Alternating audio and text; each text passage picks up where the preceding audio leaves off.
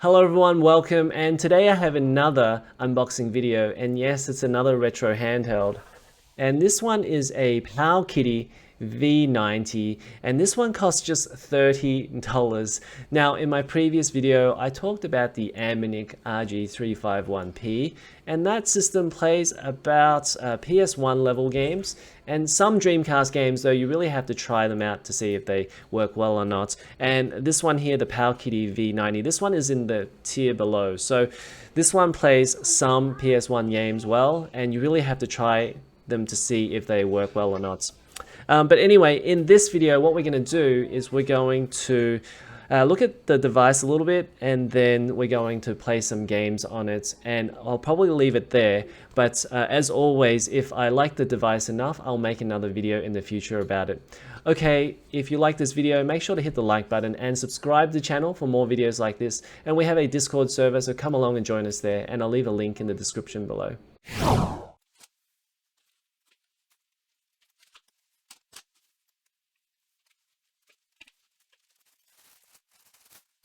Okay, so this is really interesting. So I've got a little bit of a dent there. I don't know if you guys can pick that up, but there is a little bit of a dent there. That's fine. This was $30 anyways. Now, okay, I have to be honest. Like, when I actually saw this thing in promotional shots, I just felt like this was one of the ugliest consoles that I had ever seen. Like, it didn't look good in terms of the plastic that they used, at least from those promotional shots.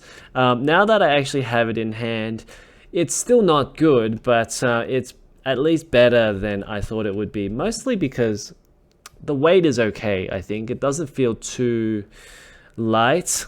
If it was too light, then, you know, it starts to feel more like a toy. But like, and yes, this does look like a toy if you just quickly inspect it. Even with this lid for the battery, it kind of looks a bit toyish. But overall, like, it looks marginally better than I thought it would. So that's the device there. And honestly, it doesn't look too bad. Like, for $30, it could have been a lot worse. So actually, I'm pretty happy with that. So having a look at the device, obviously you got a D-pad, there are no analog sticks anymore, and really this device is just up to SNES games, and I guess you could play some PlayStation games where you don't need the analog sticks anymore. Now there's a micro SD card slot there. This looks like it's the on-off switch. The buttons, they're okay. Like, the buttons are okay. They're a bit clicky, but they're not too bad. The D-pad is very nice, actually, and the buttons are all okay. Could have been better, but for $30, can't really complain. There's a USB-C port here, and also a headphone jack. There's a volume rocker here. Oh, sorry, a volume dial. Okay, let's turn it on and see.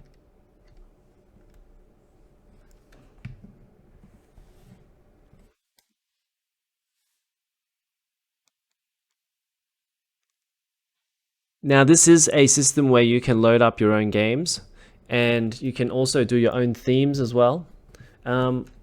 The funny thing is, I actually quite like this theme, this default theme that they've got. It reminds me of the old DS Lite days where they had very, I guess, simple menu systems, and that's kind of all I really want on this system anyways. Okay, so I'm going to do a voiceover up until the conclusion of the video, and that's because I didn't actually talk very much as I was playing it, too busy concentrating on the game. But as you can see, this is the Game Boy Advance emulator running Super Mario Advance, which is the port of Super Mario Bros. 2. You can see it runs really well. The screen is very vibrant, and the screen aspect ratio is pretty decent. Even though this is a 4:3 screen, it runs these 3:2 Game Boy Advance games really well. Now, this is Sega Genesis, and this is running Streets of Rage. I tried to play Streets of Rage 2, but they didn't actually have it in the ROMs that they provided. So we're just running with Streets of Rage 1. And as you can see, this runs Genesis games perfectly. So if you're a Genesis fan, definitely think about getting something like this.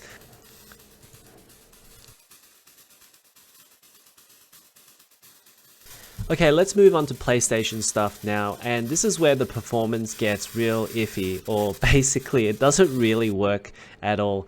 Now, this is Capcom versus SNK, and it basically hung on this loading screen here. Next, I tried Rockman 8, and I didn't actually know if this was a real PlayStation 1 game, or whether this was just a fan-made game, but that didn't work. I also tried Rockman X6, and that didn't work either. So a lot of the PlayStation games that I tried didn't work. Well, all of the PlayStation 1 games that I tried didn't work. So next I moved on to Neo Geo, hoping that some of these games worked, and as you can see here, Art of Fighting works pretty well. That being said, there were quite a lot of Neo Geo games that didn't work very well, so I tried all of the King of Fighter games, but only King of Fighters 94 worked, and the others wouldn't load up on this emulator. So I'll give it another shot with another emulator sometime down the track. Now this is Metal Slug X, and this worked pretty well, at least with gameplay. I think there might have been some sound issues. It just seemed like the audio wasn't as full as it could have been, so maybe it was just missing something, whether the volume of the music was a little low or some of the sound effects didn't sound right, but overall the gameplay was fine. Okay, let's go back to games that work, and this is the GBA emulator, and it's running Super Mario Advance 4, which is the port of Super Mario Bros. 3.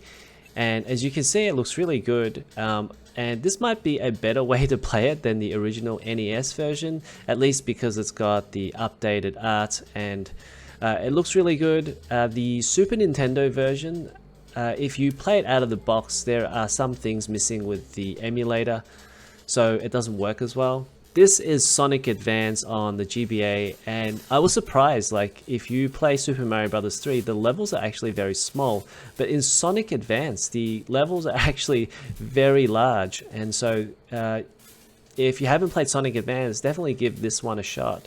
And you can see this is a great way to play GBA games.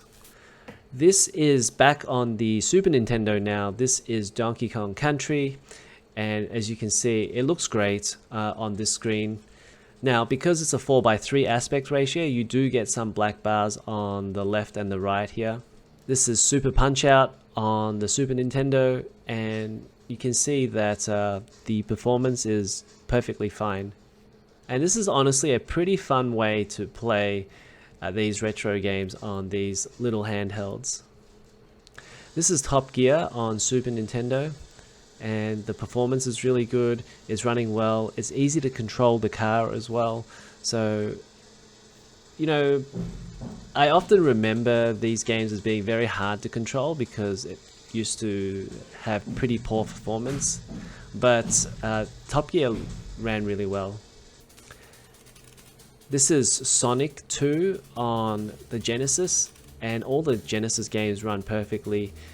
And the screen aspect ratio is actually really good out of the box. Like, I don't think this is stretched in any way, and I didn't play around with the settings, so this is how it comes out of the box.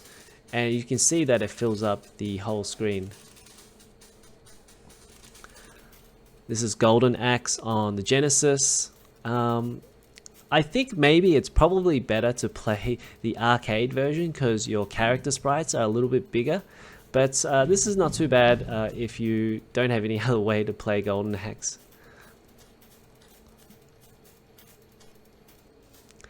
This is Mortal Kombat 2, and as you can see, the performance is very good and it's quite vibrant. It's not a bad way to play Mortal Kombat 2.